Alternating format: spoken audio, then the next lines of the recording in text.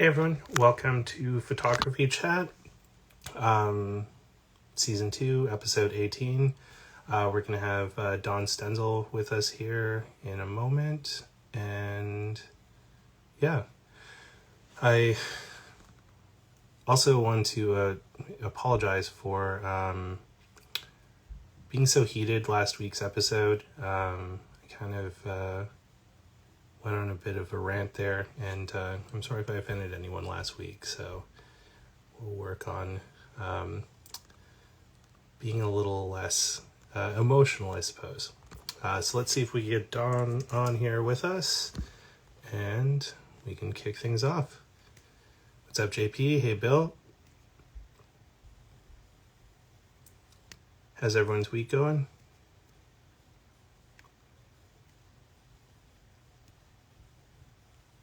Okay.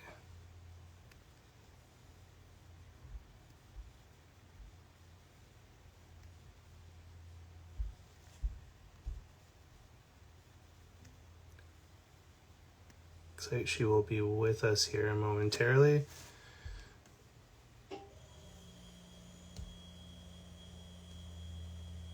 Hello. How's it going?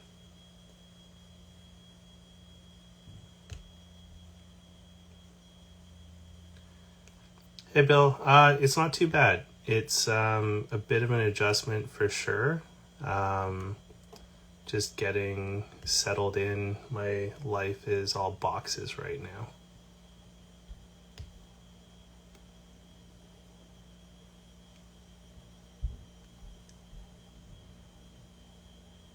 Can you guys hear me?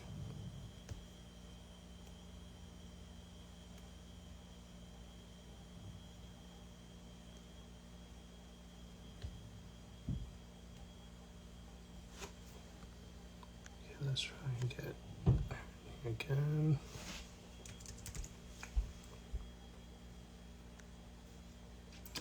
Yay, okay. I'm glad that the audio is working.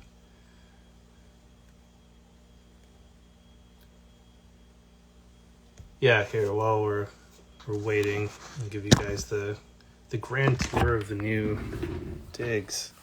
So it's much smaller than the place that I had before, but it's cozy. You know, lots of camera stuff. Haven't got everything all set up yet, but working on it.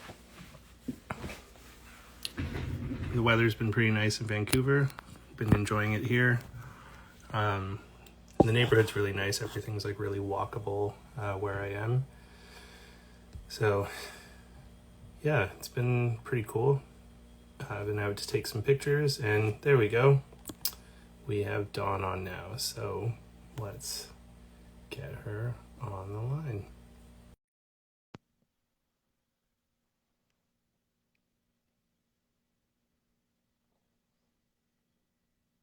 Let's see. Hello. Hello, you're sideways. I'm sideways. Well, there you go. Just 1 second. How's it going? You should totally come visit Vancouver sometime. It is going great. The humidity is a little insane. It's making me have like wicked curly hair today. Well, you're not used to the West Coast. Well, it's not like the humidity isn't as bad as Toronto. Like I'm just gonna get a little holder. I can okay. hear you. No problem. Yeah, the humidity in Toronto is way worse than Vancouver. Like I learned new ways to hate my body that I didn't know were possible when I moved out to Toronto. I love your view though. Here we go. Sorry, I had it on my gimbal, and I guess that's just not the right way to do it on Instagram Live. That's all right. See if that works.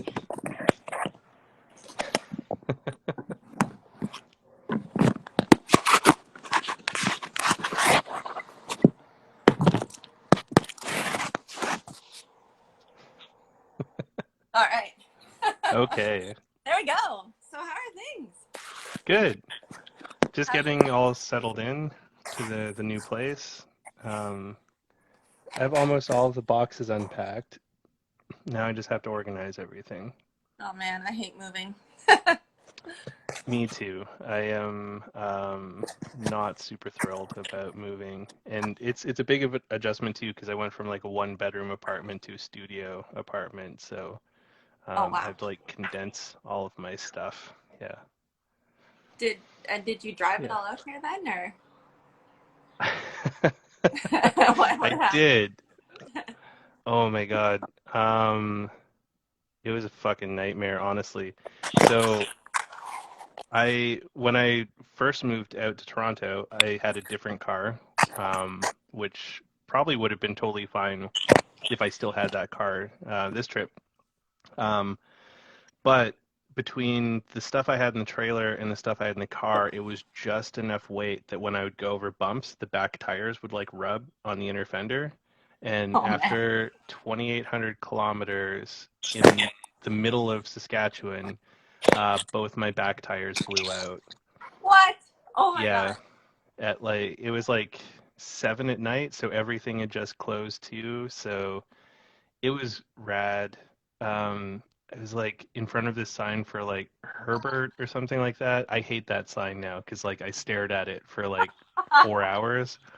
Um, yeah, because it was magical. Because I didn't know who to call at first because I'm like in the middle of nowhere. I don't have CAA or anything like that. So I ended up calling the cops and asking them on the non-emergency line, you know, if they would recommend a tow truck company or something, and then found a tire place that would do like an after-hours call out to change the tire. But because I'm really smart and don't like to make things easy on myself, my car's an all-wheel drive, and I forgot that you can't just change one or two tires on them. They all have to match, or you mess up the all-wheel drive system. So I had to replace all four tires in Saskatchewan in the middle of the night. And the tow truck took hours because there was a semi truck that was on fire. So the tow truck was like super busy with that. So it was cool. I just like sat on the side of the road thinking about all the life choices I made that led me to that moment. Um, I didn't know at that point I didn't know that the car was like wicked overloaded. Like I had like an inkling because like it was pretty low in the photos that I posted on my adventure. But when the mechanic was taking it apart, he he was like, you probably don't want to keep going like this because you'll blow these tires out too. So yeah, then that started a whole new adventure of trying to find a U-Haul moving truck and a car trailer. And so I moved 3 times. There was the first time into the trailer, a second time from the trailer into a moving truck, and then the moving truck into my new house. So Um, okay, so you're in Saskatchewan. You get a moving trailer, like a truck, and where do you leave your car? Are you towing the car behind, or well, they? yeah, I towed my car with the thing with the truck, so that was really fun and awesome. And it was like awesome too because this was in Swift Current where this happened. And first off, on a Wednesday, the U-Haul dealer in Swift Current isn't open. They're open every day except Wednesdays. Um, but even if they were open, they wouldn't have been able to help me because they didn't have the right stuff. So I had to drive 100 kilometers to like the middle of fucking nowhere in Saskatchewan to a place called Shaunavon, which is like 60 kilometers from Climax, which was the closest I've ever been to Climax on the whole trip. Um, Oh my god! Or for the whole month, maybe. yeah, for the exactly. Um, I wish I took a picture of the sign because I thought it was funny. It was like Climax, 61 kilometers. Oh my god! Um, yeah, it's like, are we there yet? So I had to drive out to the middle of nowhere to this like tiny town that I don't understand why it has so much U-Haul stuff. Like it's in the middle of nowhere in Saskatchewan, 100 kilometers from like the largest town. And the guy John, who is like a really interesting man, What? had like this treasure trove of U-Hauls. Like he had all these like moving trucks and trailers and stuff, and it was just like, do people just like move here and then like this shit never leaves or something? Like it was very strange. So yeah, that was fun. I had to like dick around with U-Haul. Not him, like John was great, but it was just like the whole U-Haul back end stuff was just a shit show. So it took him like an hour just to get stuff sorted so I can have the truck. Um, and then they still billed me like an extra $100 today, which I was just like, what the heck? Yeah, so that was interesting and unexpected. So yeah, and then I lost a day because of that. So it's like the whole trip like exhausted me. Like I'm just starting to feel a bit human from the trip today. Um, I ended up cruising through Kimberly though, because I was gonna try and shoot for Kamloops, and I was trying to do Calgary to Kamloops, and I got to Radium and was just like, no, I'm not gonna. I'm just I'm gonna go to like Cranbrook and just crash there, and then make my way to Kamloops from there because I was just like way too exhausted to Oh try my and god. make it. Which I'm glad I didn't really stop to see anyone in Kimberly because it's like a COVID hotspot Oh, apparently. is it? Oh my gosh. Yeah, So for most of those people that are tuning in, Merlin and I grew up in Kimberly together. we Um, did. yeah, in elementary school we went. Blanchemont, Yeah, which is like it's I don't think it's an elementary school anymore. I I don't think think it's like a satellite location for the College of the Rockies. right. But it True. still says Blanchemont Elementary on it, which is kind of hilarious. But yeah, we went to Blanchemont Elementary and then I missed out on McKim Middle School, but came back for high school. Right. And And then I went to Japan and yeah, you did. You fucked went to up. Japan. Um, but yeah, that was like kind of where you got started with photography, right? Was in the dark room at Selkirk. It was, yeah. I got back from Japan and there's a girl by the name of Cindy Kale. Do you do you know her? Yeah. She randomly at school one day just said it was my grade 12 year that I had to do over again because I took off to Japan for a year. But she came up to me and was like, "Hey, I'm gonna go hang out in the dark room with Mr. Jaworski. Do you want to come and hang out Fucking and check it Eugene. out?" So yeah, that's how I first got into photography, which is super cool. I've always been interested in it and did a lot of shooting with point and shoots when I was a teenager. But yeah, and then I think she just stopped going, and it was me in the dark room, and yeah, that's where I fell in love with photography. Nice. I have to admit that I'm not a huge fan of Eugene. He's not watching. He certainly No, is not. I don't think he's watching. I don't even know if he's still alive right now. I know. Um, He certainly but had. He had his favorites. I remember.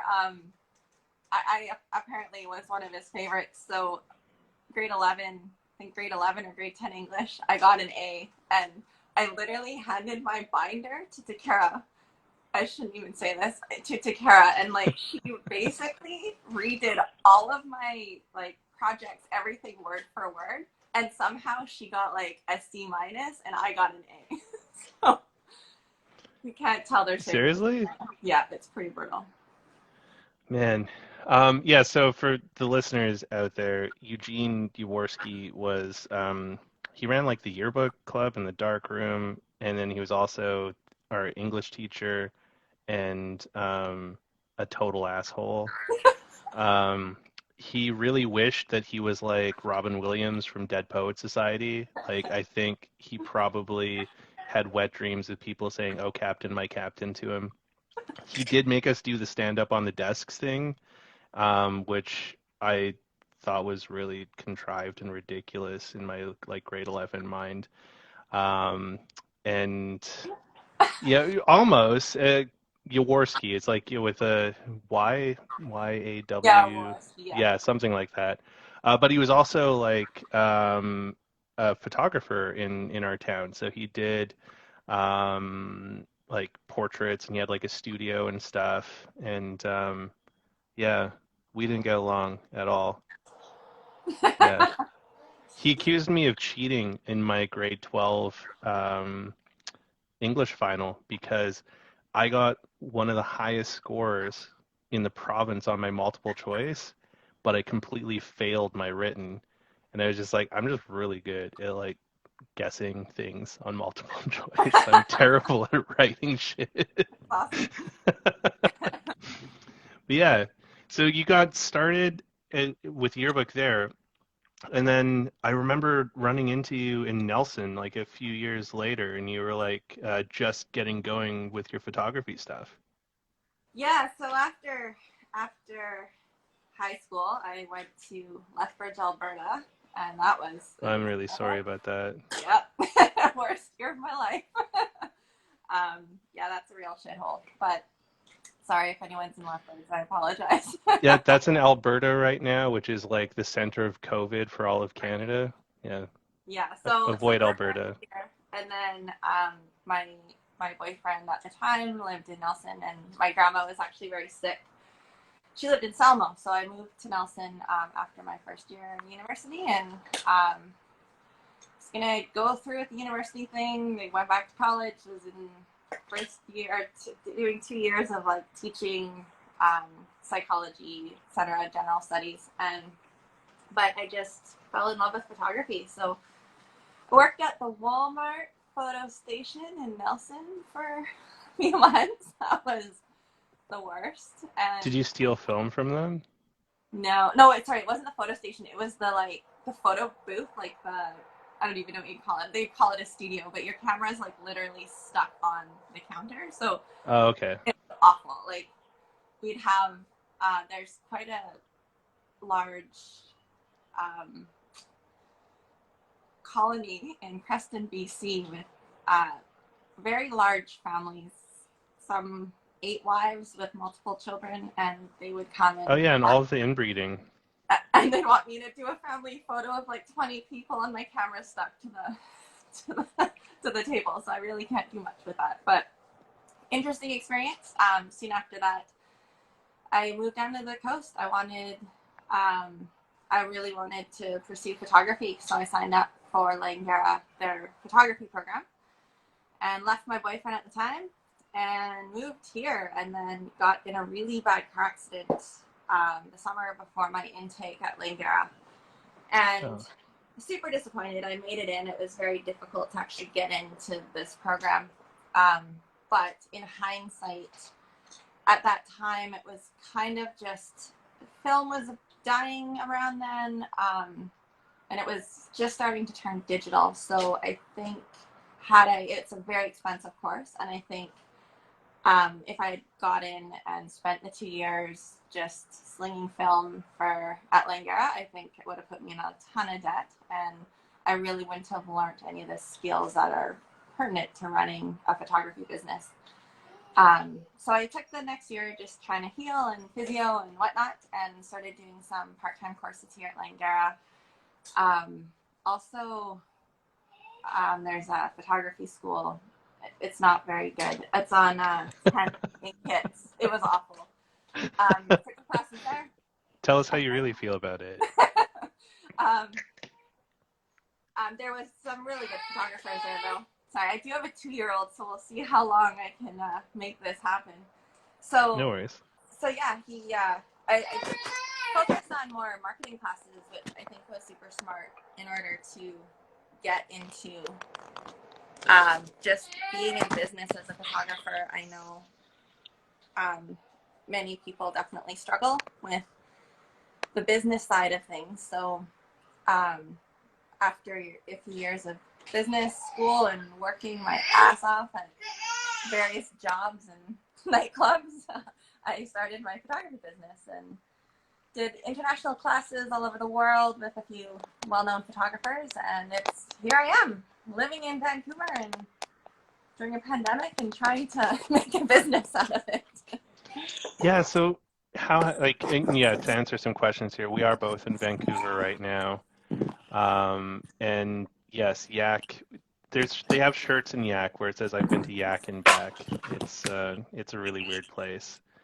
Um, and you're the DSLR. Yeah, I had a Nikon D70 as well. Like that was my first digital. But you're a Canon person, I remember. Is this me or Jason? No, it's you. I'm Canon.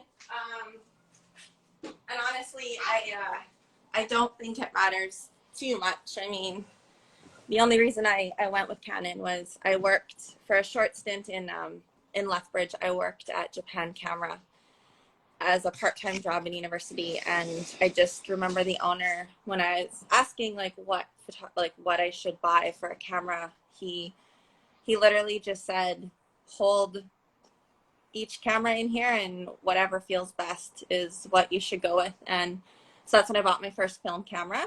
I was borrowing cameras nonstop before then. So yeah, my first camera was a Canon. And then once they rope you in with all the investments and lenses and gear, Yeah. it's really hard to trade into anything. I've been curious about Nikon, and one of my mentors, actually sponsored by Sony, shoots Sony back in the day, and so it had some curiosity for Sony as well, but it's just, yeah, I'm still Canon, and I'm now moving into videography here, and I had that like little slight urge to be like, do I really want to invest in more Canon gear? But I'm gonna have to, so it's now is the time to switch. But any of the Sonys that I've had that are more like travel blogger style cameras, I just wasn't really excited about like the focus. I don't know if it was just this particular camera, but just the focus was a bit off. It just wasn't really shooting to my liking. So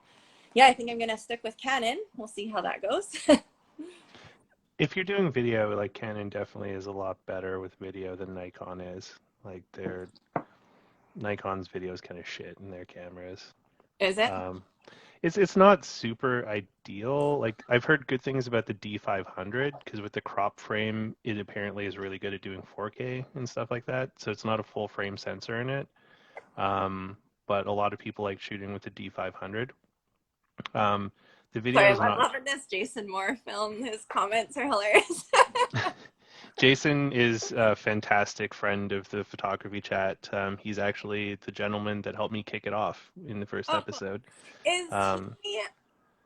Who was it that we talked to on my first day on Clubhouse? Was that was Jason, that yeah, was Jason? I thought so. Yeah, yeah. So I you love. also have kind of virtually met him as Yeah. well. And I like, Sophia says I only shoot with cell phones. Hey, there's nothing wrong with that. Like my iPhone takes deadly ass pictures. I actually probably use my iPhone camera more than I use my Nikon digital. Well, and I mean, honestly, right now I'm focused more on like business branding, photo, video, and up until now, I've been using my iPhone as a backup for video. Like it takes a really good B-roll, and it's great. Like if that's what you got, I mean, they say the best camera is the one you have in your hand, right?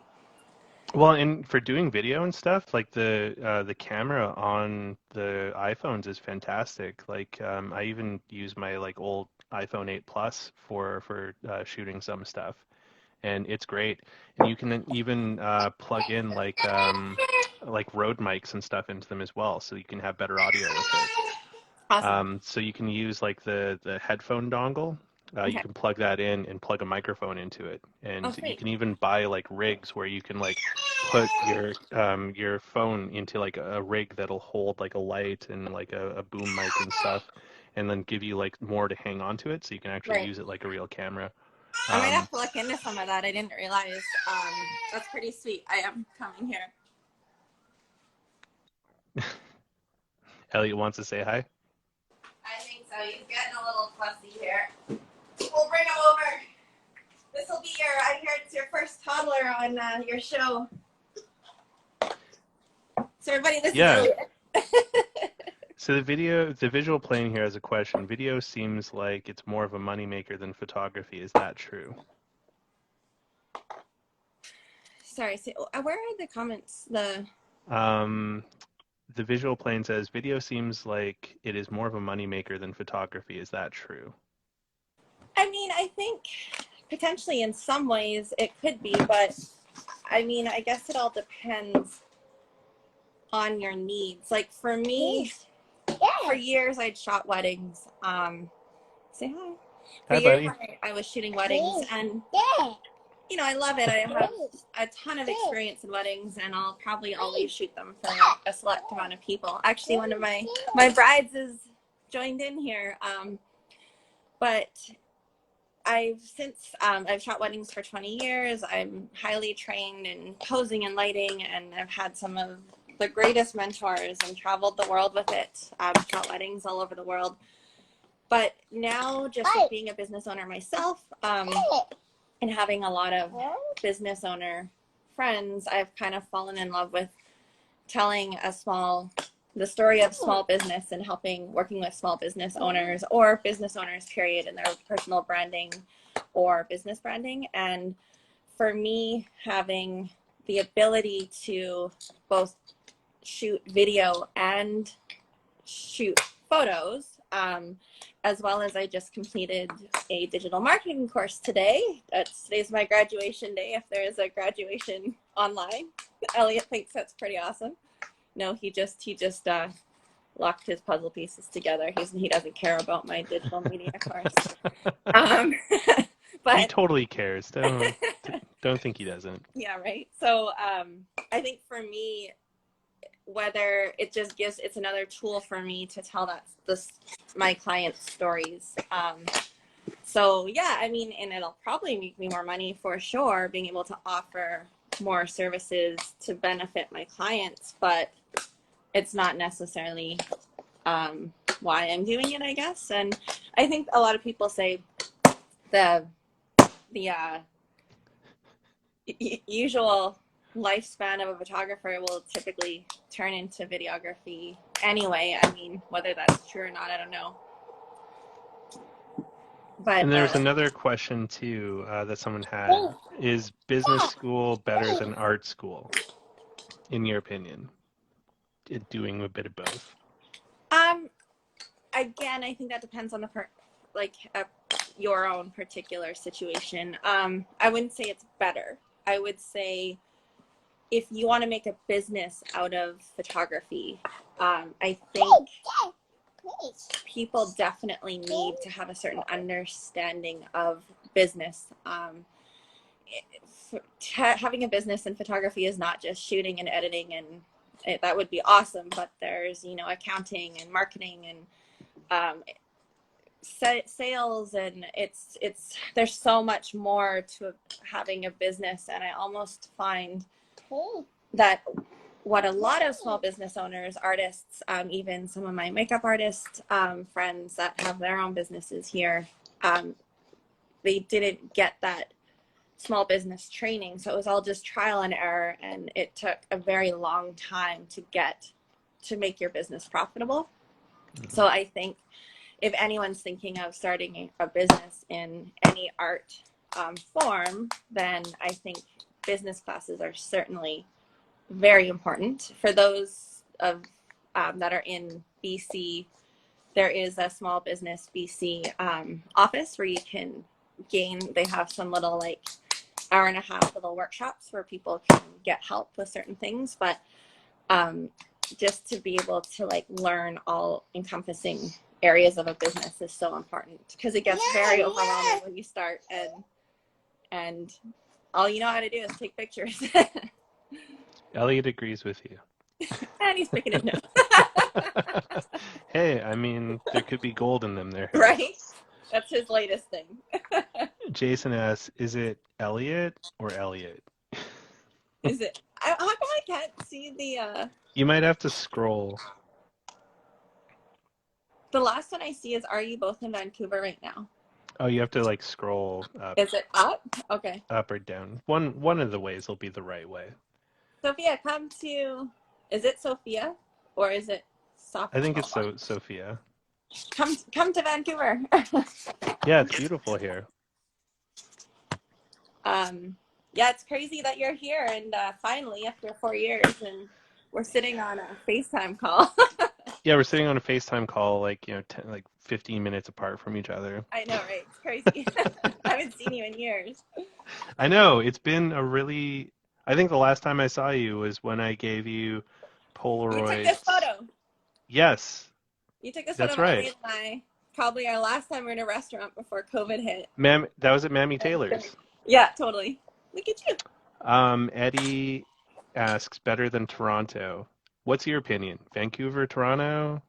Are you asking Eddie or me? I'm asking you because Eddie asked the question about it. I don't know. I've only been to Toronto a select few times. My ex's parents lived in Toronto, so I got to experience it, and I loved going there. It was fun. I don't know much about it if I'd want to live there, though. It seemed pretty cool.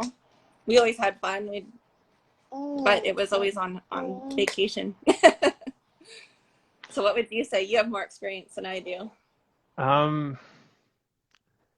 It's a tough one because like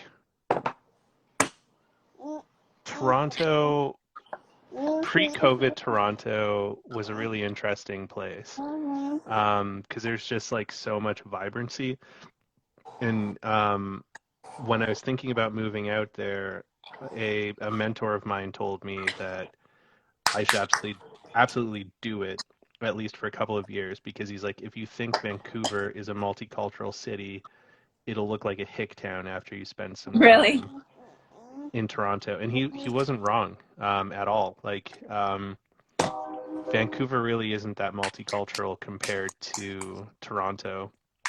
Um, Toronto's just like it's so fascinating because there's just so many people and there's so many different types of cultures and communities that have like patchworked together there. So it's really interesting. But what makes Toronto really cool is being able to go and experience things which you can't really do in COVID times. Right.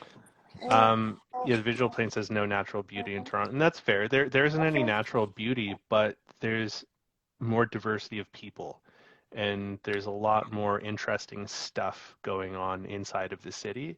Like really, the only thing Vancouver has going for it is, well, the mountains and the water.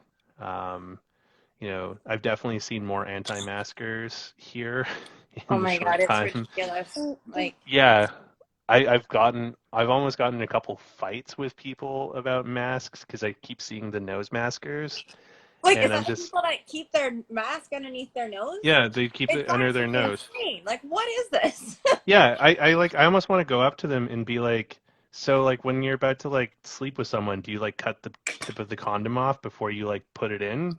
Because that's basically what you're doing right now, you fucking idiot. Like, um, yeah, so I don't know, like there's had I not moved to Toronto, I don't think I would have like connected with my creative side again. Right. Because there was just a lot of really cool creative stuff that was happening there that I hadn't seen in Vancouver in a really long time. Yeah, you really Um, do well out there, hey, with that. Like, yeah, it was just there was access to more interesting labs and stuff. So it's like, downtown camera is a fantastic lab.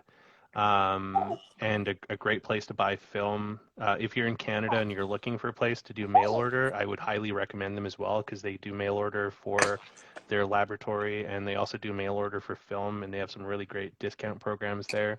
And they're coming up on their birthday pretty soon here. So yeah, Downtown Camera, check them out. They're fantastic. But also like I like Bow Photo here in Vancouver. yeah, you They're can. great. I just haven't found a lab that I really love here yet. So it's like, I don't know. I didn't move to Vancouver for creative reasons. Like I Right. moved here for like mental health reasons mostly. Um, so it was really hard to say bye to Toronto. Um, but COVID, But it won. you could always go Um, back. yeah, one day. So someone for schools, what would you recommend? For schools. Honestly, like, where is this? I don't know why I can't see. I've scrolled up and all the way down and I can't see the questions. Do you know where the person is that asked that? Um, I think they're in Montreal. Okay, I mean, I don't know Montreal that well. I in BC, in Vancouver, I really did love, Langara was really good, but I mean, it's been, oh God, I'm dating myself here, like over maybe about 18 years since I went to, you know, college or post-secondary school for photography. At that time, Langara was really great. They had a great, both photography school or classes, plus the business side as well, which they could offer, which I think, as I mentioned, is really important. However, one thing that I really, what really helped me, it wasn't so much going to, say, a school or a post-secondary institution, but there was a time about, I want to say 15 years ago, where I kind of started to fall out of love with photography. I was shooting primarily weddings, which is great, but it just wasn't the spark at that time that I wanted. And I had always kind of wanted to, as I mentioned earlier, when I was 17, I moved to Japan for a year on a student exchange, and I've always had a huge passion for travel and wanted to maybe implement that into a career. And originally I was in university for international management, which they got I got the international side was great. The management, not so much. Me and statistics aren't friends, but I've always wanted to do like a diplomatic studies or something to that effect. So I was going to leave photography and go back to university and follow this dream. And then I met a photographer in a workshop I did on the island. I forget what the workshop is called. It's always in Shawnigan Lake every year when COVID's not happening. But there's one photographer. His name is Scott Robert Lim.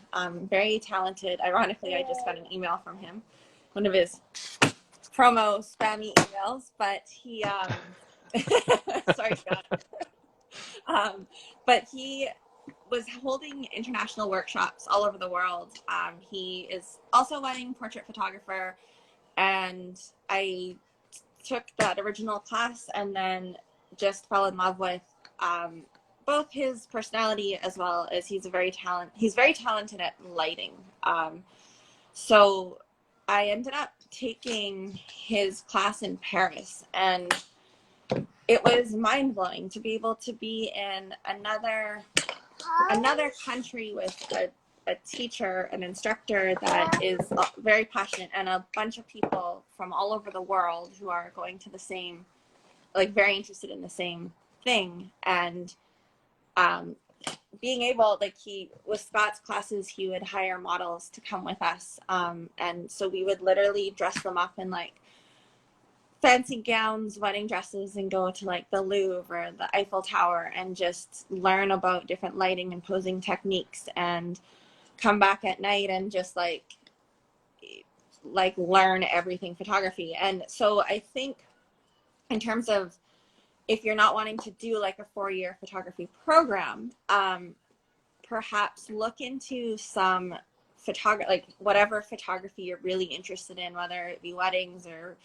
product photography or whatever you're interested in, and check out some great people that inspire you and are doing courses, and go check out some of the courses, especially once we get COVID over with and if you're able to travel, if you enjoy travel, or sometimes people do travel to our cities to teach as well. But I think it's such a great opportunity. It's not necessarily, you don't get a degree at the end of it, but I found doing something like that made me fall back in love with photography, because from then I was able to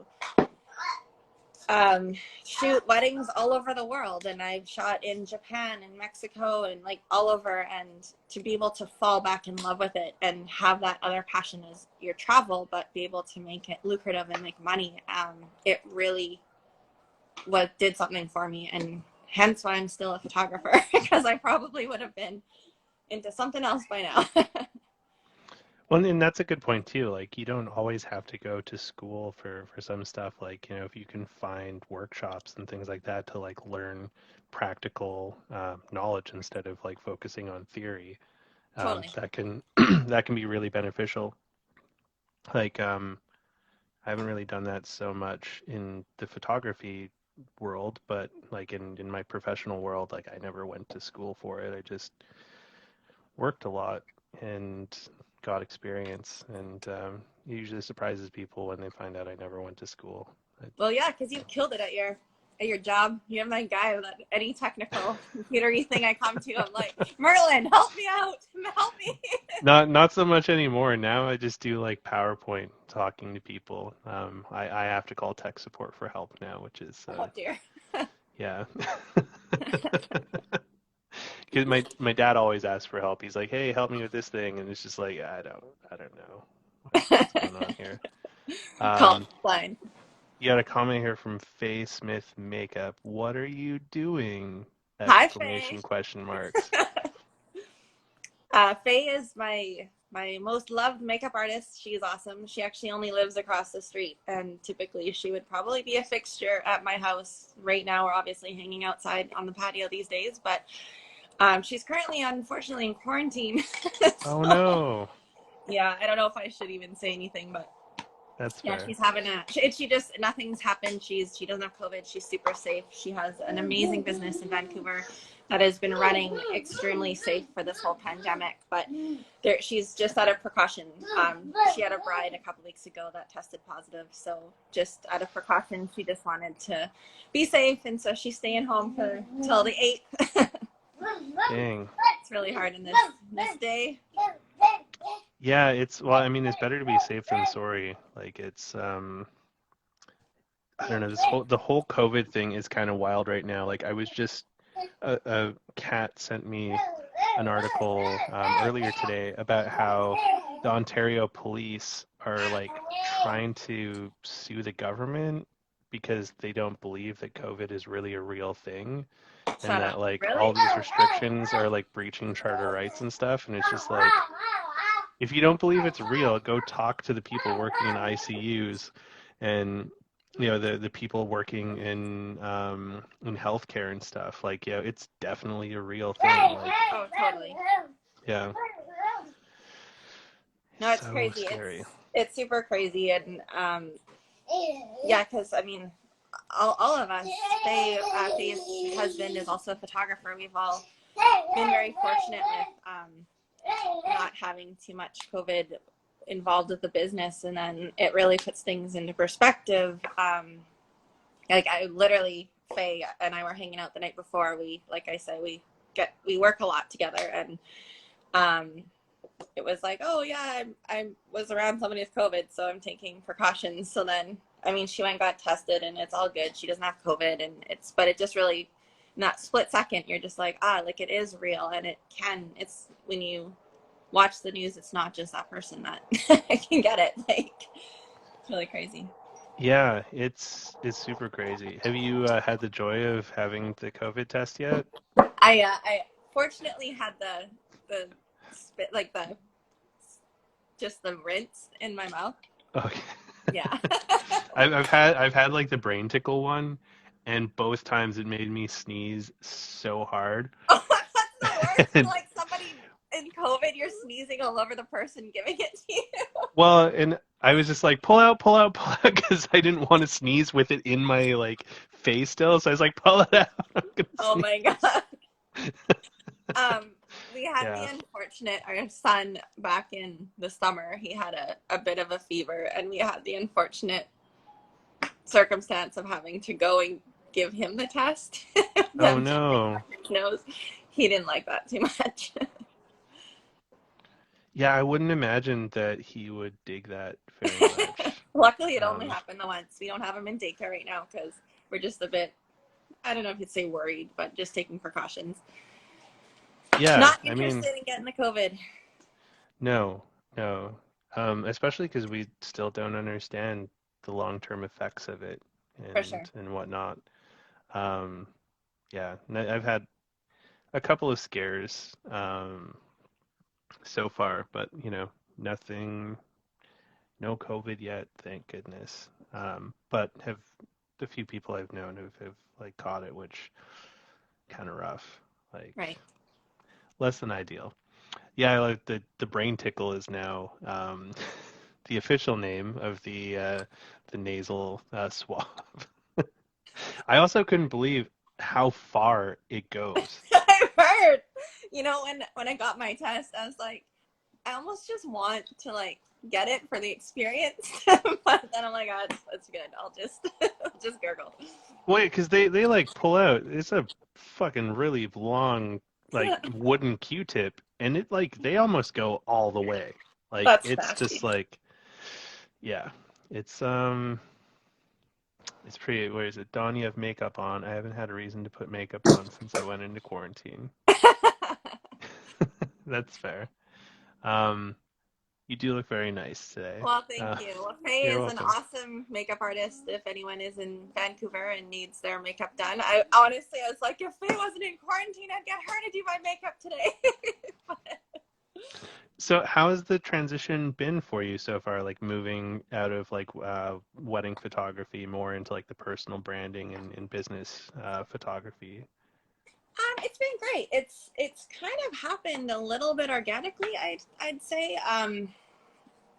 When I was shooting weddings, I was also doing a lot of corporate events, and um, yeah, just with those corporate events, one of my clients is YPO, and it's a lot of presidents of different businesses, and um, they, many of the people like have been super supportive in helping that change because they all, you know, have businesses, so being able to work with them on a lot of their branding and events, and also part of getting out of weddings was that, I mean, as you can see, I have a child now, and just knowing that I'd be working every single weekend, every evening, and one day he'll be in school, and it just wasn't something I really wanted. I'd like to see my child once in a while, so to be able to choose my hours is amazing.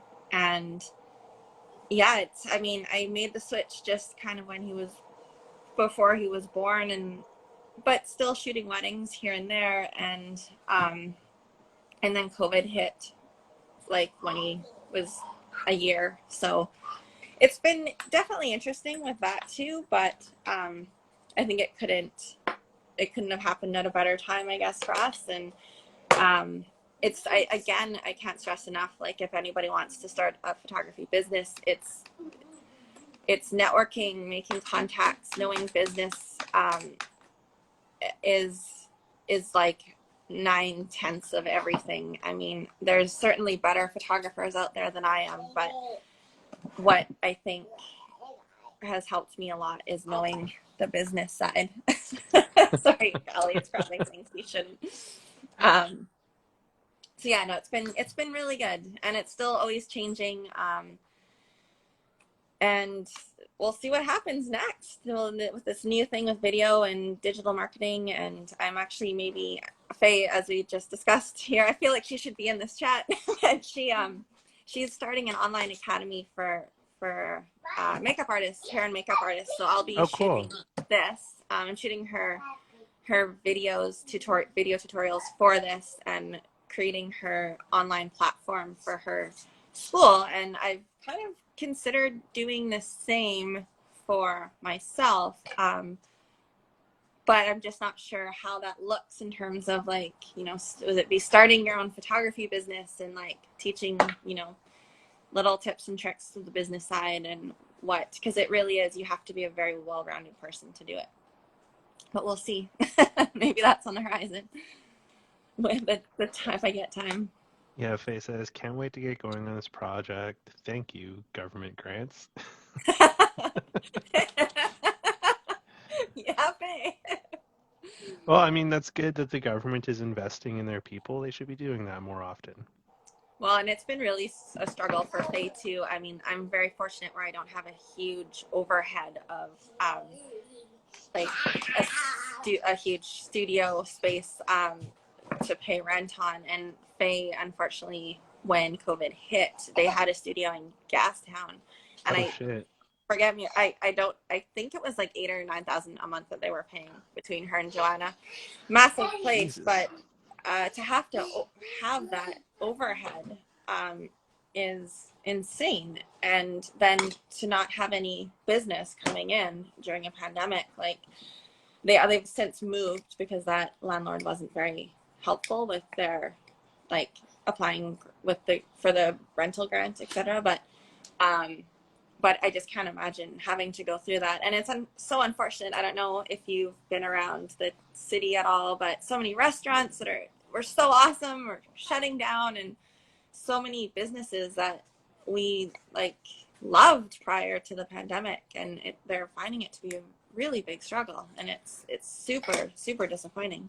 It is really sad. Because I did see some of that when I was here like a month and a bit ago looking at apartments.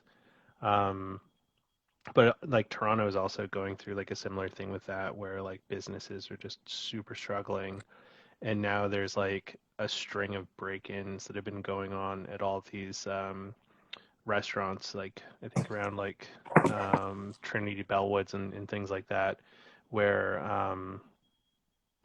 people are just doing smash and grabs, and there's literally like nothing for them to take, but it's costing Right. these small business owners thousands of dollars to repair all the damage.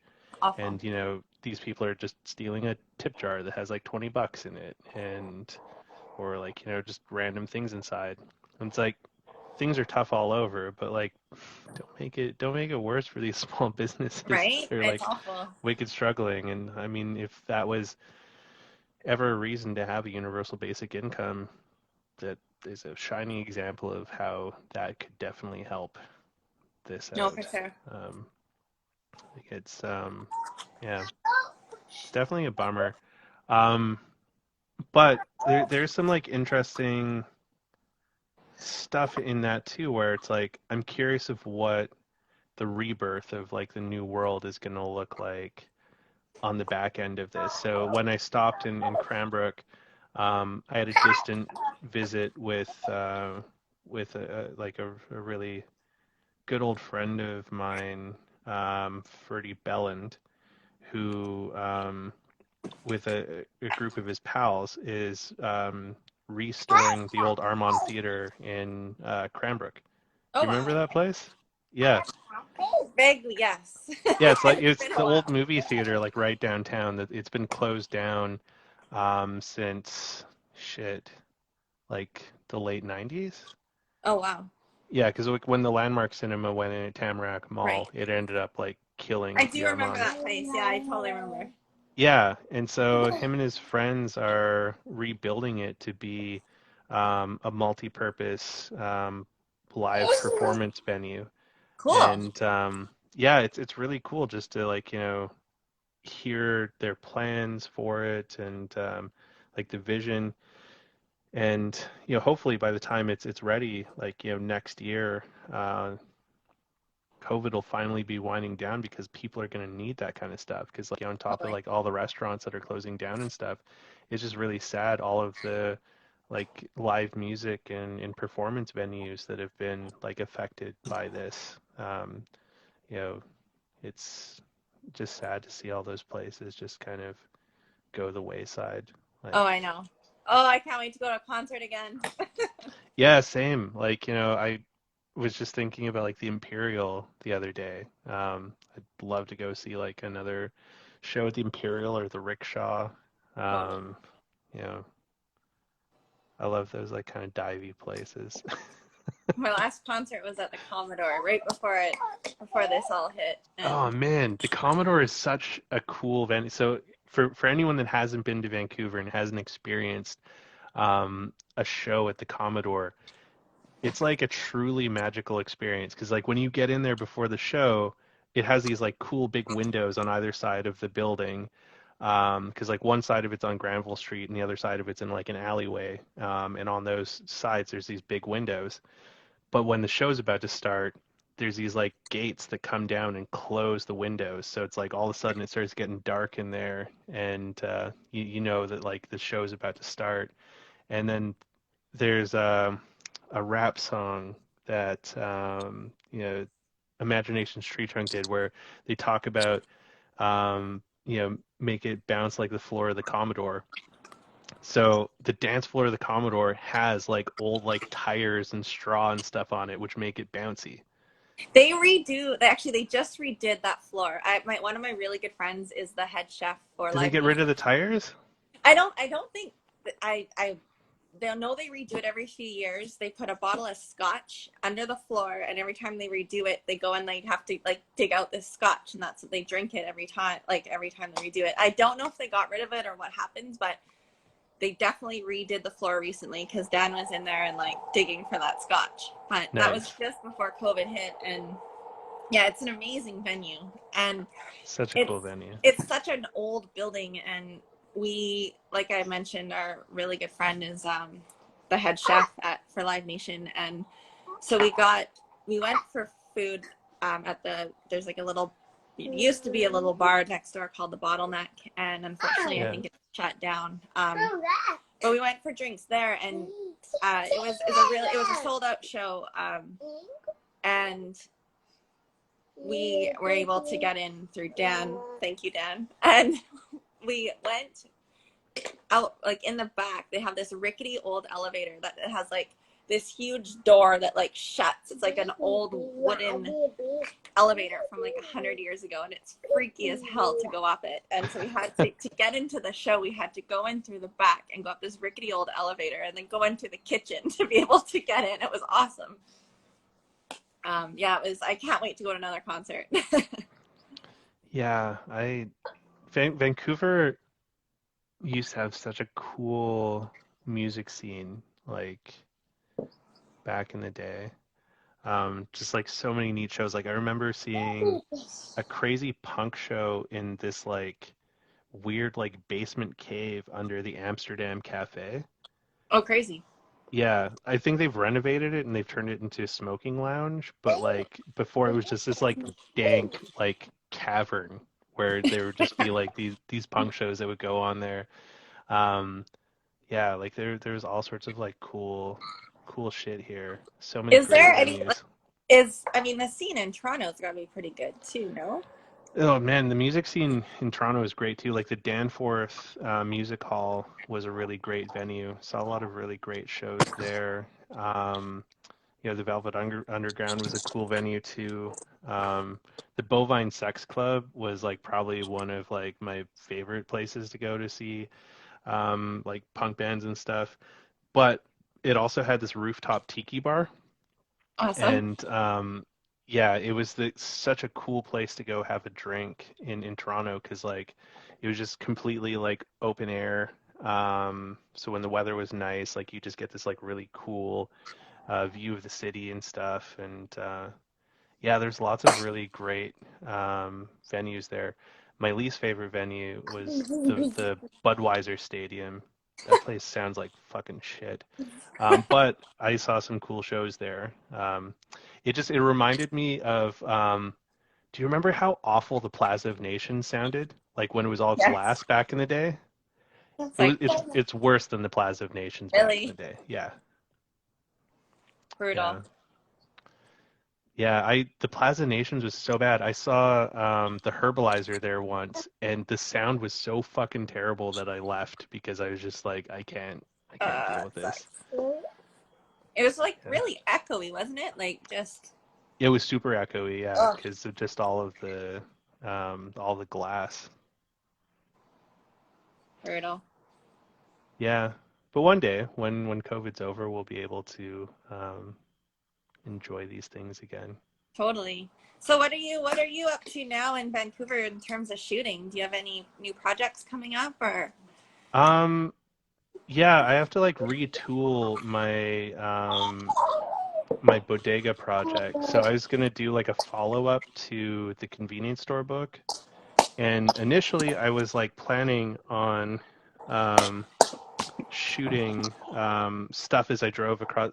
Sorry, I'm like distracted because there's like a spider that's like coming towards me Oh my on my God, I'd freak desk. out. I would Uh, freak out. I'm not like a super huge fan of spiders, but like they get the silverfish, so I'm gonna like let him sort of like We've had an live. influx of spiders in our patio, and I'm just like, go away. Yeah, he's like straight up coming at me. Bro, fuck off. Seriously. Go the other way. Yeah, yeah, there you go. I don't want to kill you. Um, yeah, so it's like I was initially planning on like shooting convenience stores as I drove across Canada. But that plan didn't really work out because of COVID and everything. But I've noticed that like, there's like a ton of cool little convenience stores in Vancouver. So I'll just do a Vancouver book of convenience stores probably. I Out of all of the businesses, like there are some really random convenience stores in Vancouver, and it makes me wonder how they're making it. Like what is Well, it always makes me think of Half Baked when he's like bodega. like there's that sketchy one on Broadway. It was across from Chicha. I don't Oh know, yeah. and it's like photocopies and like chips and like lotto, and it's like it's so sketchy you don't even want to like go in there, and it's baffling to me, like all those restaurants and everything have been ripped out, and like it's still going strong. I don't understand. Well, yeah, someone said the convenience stores are disappearing, and they are. Like um, like shit. Like, do you remember the convenience store that used to be in the Platzel next to the Chinese food restaurant, right? Yes, I do, I totally do. Uh, it was Jones Superette. Okay. Yeah. Like there used to be all sorts of stuff like that when we were kids. Because it was either you'd go to Jones in the Platzel or Jim Bob's Jim when you're Bob's was awesome. yeah. Oh my god, I haven't heard that in so long. Yeah, Jim Bob's is still there, and so are the same shitty houses that I used to live in. Oh my god. Um, I took a couple pictures of them when I was there. Um, yeah, but it's cool to see that they still sort of exist here, and it was interesting learning more about them when I was in Toronto from people there because they used to be like the community hubs. So it's like before like Facebook and like social media and cell phones and things like that would be where people would go to meet up. Um, and Crazy. now now it's kind of we don't really need those kind of hubs anymore because they just don't they're not as relevant now because like we've got like computers in our pockets and things like Totally. that. Yeah, and the good convenience stores had like the best video game. Yeah, I remember that. In Fort St. John, there was like one there that had a Neo Geo game cabinet, which was like super badass. Um, so yeah, that's the one project, and then the blowing my tires out is setting this one project a bit behind, but I'm planning on getting into large format photography. Okay. So picking up an 8x10 camera and doing like 8x10 Polaroids and doing 8x10 exposures on like photographic paper and just mucking around with that. Um, yeah, I was thinking of like if I could find a cheap enough studio space because I saw some like pretty affordable studio spaces, maybe like renting one and setting some stuff up there so I could dick around with the big old cameras.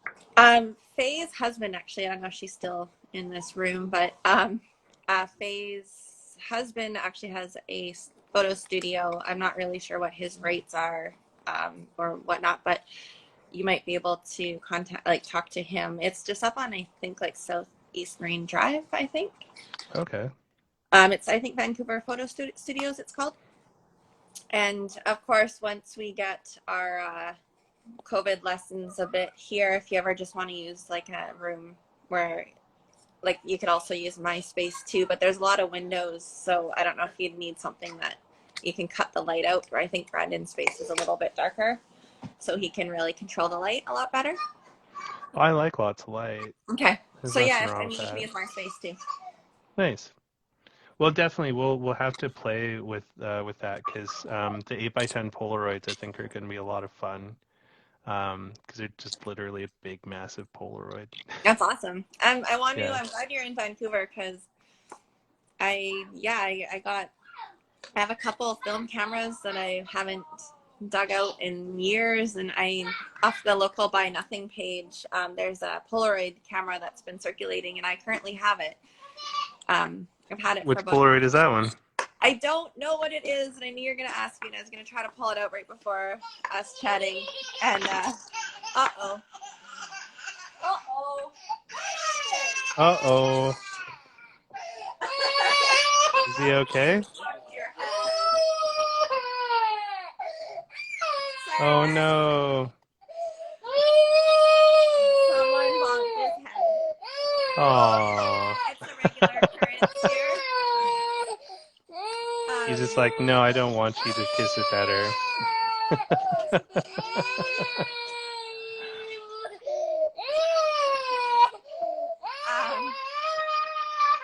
I'll kiss it better. Sorry, guys. That's okay, no worries. Now he's like, Crow. Now he's like, he's all cool about it. The visual plane here asks if I'm going to channel any Fred Herzog vibes. I don't know. I really do like Fred Herzog's work, and Big Head Taco, who's a friend of mine, actually used to know Fred Herzog, and so I'll probably, when it's safe, spend some time with Take, going to do some shooting, and maybe we'll see if we could channel a bit of Fred. Yeah, I wonder. Let's hang out and inspire me to get back in some more film. We'll get. I can see he's like trucking around there and just doesn't care. What's amazing, our neighbors are out on the patio, on their patios, and their daughter is about a year and a half, so they're buddies. It's nice to have a little friend here for Elliot. Have you has he played with cameras yet at all? Actually, he has a little wooden camera that I bought for our birth announcement, and it's like made in China. It said it was like some nice little like art handmade wooden camera, and he grabbed it yesterday or this morning and it fell apart. So I'm like, yeah, it's made in China. Oh no. So That's a bummer. he knows, he calls it camera and he knows what it is, but it all just fell apart this morning, so it doesn't Oh. matter. He loves the iPhone though.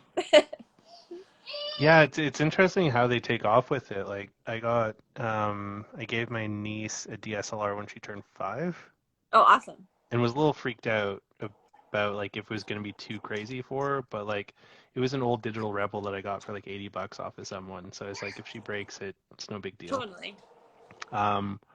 But yeah, she took off with it, and then on my way through Kamloops, I gave all of the nieces and nephews Canon PowerShot digitals. Oh wow. And You're the fun uncle. yeah, but it was really cool to just see them take off, because I thought it would be fun for them to have something a little bit smaller than like the DSLR to like truck around with, especially because like Glenn's kids are like really into like skateboarding and like active stuff and everything. So something with video I thought would be cool, and those power shots Awesome. do like a really great job at shooting video. But it's just How like old neat. are they now? 5 and 7. Crazy. Yeah. And it was wild, like seeing how they took off. Like immediately they figured out how to do selfies. And I'm like, Oh, it's how do crazy. you little guys know what selfies even are right now? Right. Like, And what's funny is like every child I've ever seen is like, if I'm shooting, like I do a lot of family portraits as well, and every child is always like wants to see the back of the camera. And when we were kids, like there wasn't a back of the camera. It was you Yeah. throw your film in and you like wait for 2 freaking weeks and hope that something like worked out. unless you were like a really rich family that had a Polaroid. Right? Yeah. We weren't. I'm like, did I have a I didn't get my first Polaroid till I went to Japan, and it was just because that was what Japan is all about. It's like cool little Polaroid cameras. So Yeah, the Fuji Instaxes. yeah, Those things are great. it was fun. I wonder if I still have that kicking around. It's crazy. It is crazy. Well, definitely, we'll have to like get you shooting film. I have so many film cameras that you can muck around with. Oh, that's awesome. And yeah, you'll have to check out what I have and see what's worth shooting. I'm so out of the loop when it comes to film cameras nowadays. It sucks because I had full developing equipment when I moved down here. I like trucked it down here. I bought it in Nelson, and I ended up about 7 years ago giving it away for free on Craigslist because I just had no room to store it. Yeah. So it's too bad because it would have been fun to get back in the darkroom again. Well, I have all of the darkroom stuff. I just have nowhere to put it. I know, right? That's the So problem. I have like an enlarger and like all of the things. Where is it And right now? in my kitchen No in a way. You like box. brought it here. That's insane. Yeah, yeah, it's here. Like it's still in the box in my kitchen. And then like all the trays are like up on a shelf and then like all the chemical stuff is it's all over the place. And that was like one of the things I was hoping to find studios because I saw a couple studio spaces that had sinks in them. I was just like, that'd be dope because like I could maybe build like a dark room around the sink to like Right. work with chemicals. Because I miss doing that kind of shit. I mean, I honestly I haven't even been up to Brandon's studio. Faye, I don't know if you're still here, but um, I think as from what I know, it's like a huge studio and it's shared by 3 different photographers. I don't know. Oh, I lost your sound. Your sound went away. Can you still hear me? Hello? Oh no, your sound's gone. Is it my sound? Hello?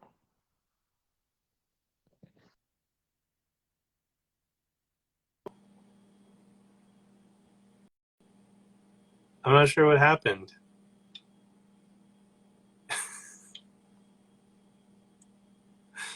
Your audio went away.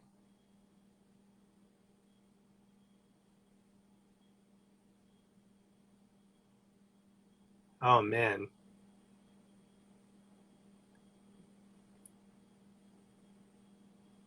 We're just having some technical difficulties. Well, you can hear me, but I can't hear Dawn anymore. Her audio went away.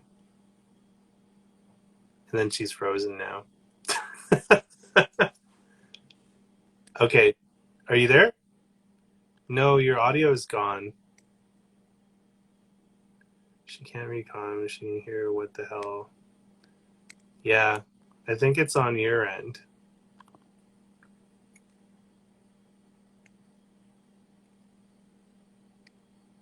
I guess we lost you.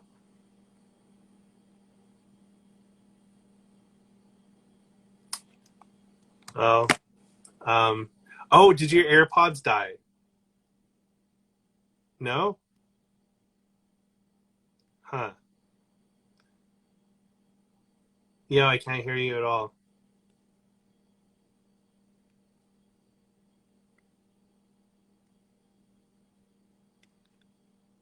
This is why we still do photography instead of video.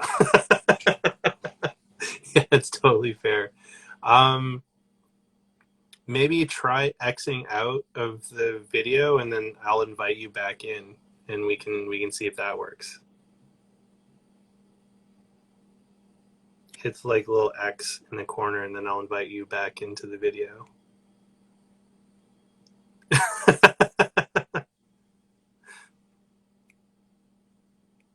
Well, that's weird that you had your like logo in there.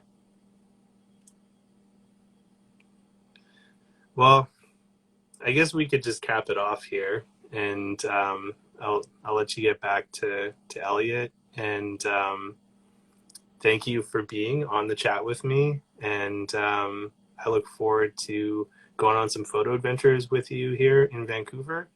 And yeah, thanks everyone for tuning in. Next week, I'm gonna be taking next week off, but we'll have some interesting guests the week after. And yeah, thanks for tuning in. I appreciate everyone.